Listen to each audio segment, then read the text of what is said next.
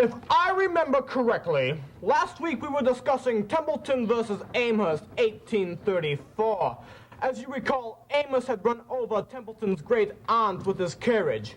Amherst claimed that he mistook Mr. Templeton's aunt for a parking space and was therefore not responsible for the following miscarriage. No pun intended. Templeton won in a lower court decision. However, Amherst appealed to a higher court. What was the outcome of that appeal, Mr. Cleaver?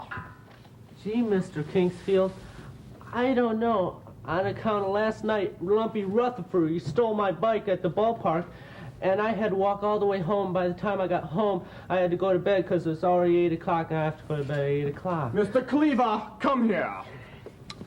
Here is a dime, so you can call your mother and ask her to come in and get you, because there is serious doubt of you ever becoming a lawyer. Gee, Mr. Kingsfield. Excuse us, Mr. Kingsfield. Wallace and I were just bringing young Theodore his lunch. Yeah, we brought him a ham sandwich and a hunk of milk. That's a very striking suit you have on, sir. Wallace and I were just listening in on your discussion while we were waiting outside. It was quite inspiring. Cut the poop, Mr. Haskell. Why don't you and Wallace sit down next to young Theodore so I can continue my lecture? Anything you say, Mr. Kingsfield. Let's sit down. Wallace, Theodore? Cut it out, Eddie. Yeah, Eddie, cut it out. Now, where were we? Yes, Templeton versus Amherst. Templeton went to the court of Illinois.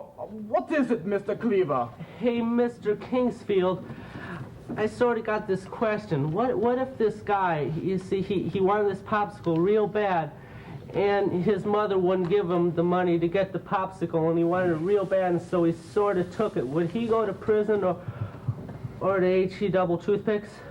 Mr. Cleaver, we are not here to discuss the moral or ethical implications of stealing popsicles.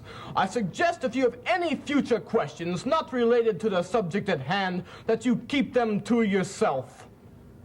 Gee, Beav, now you got us yelled at.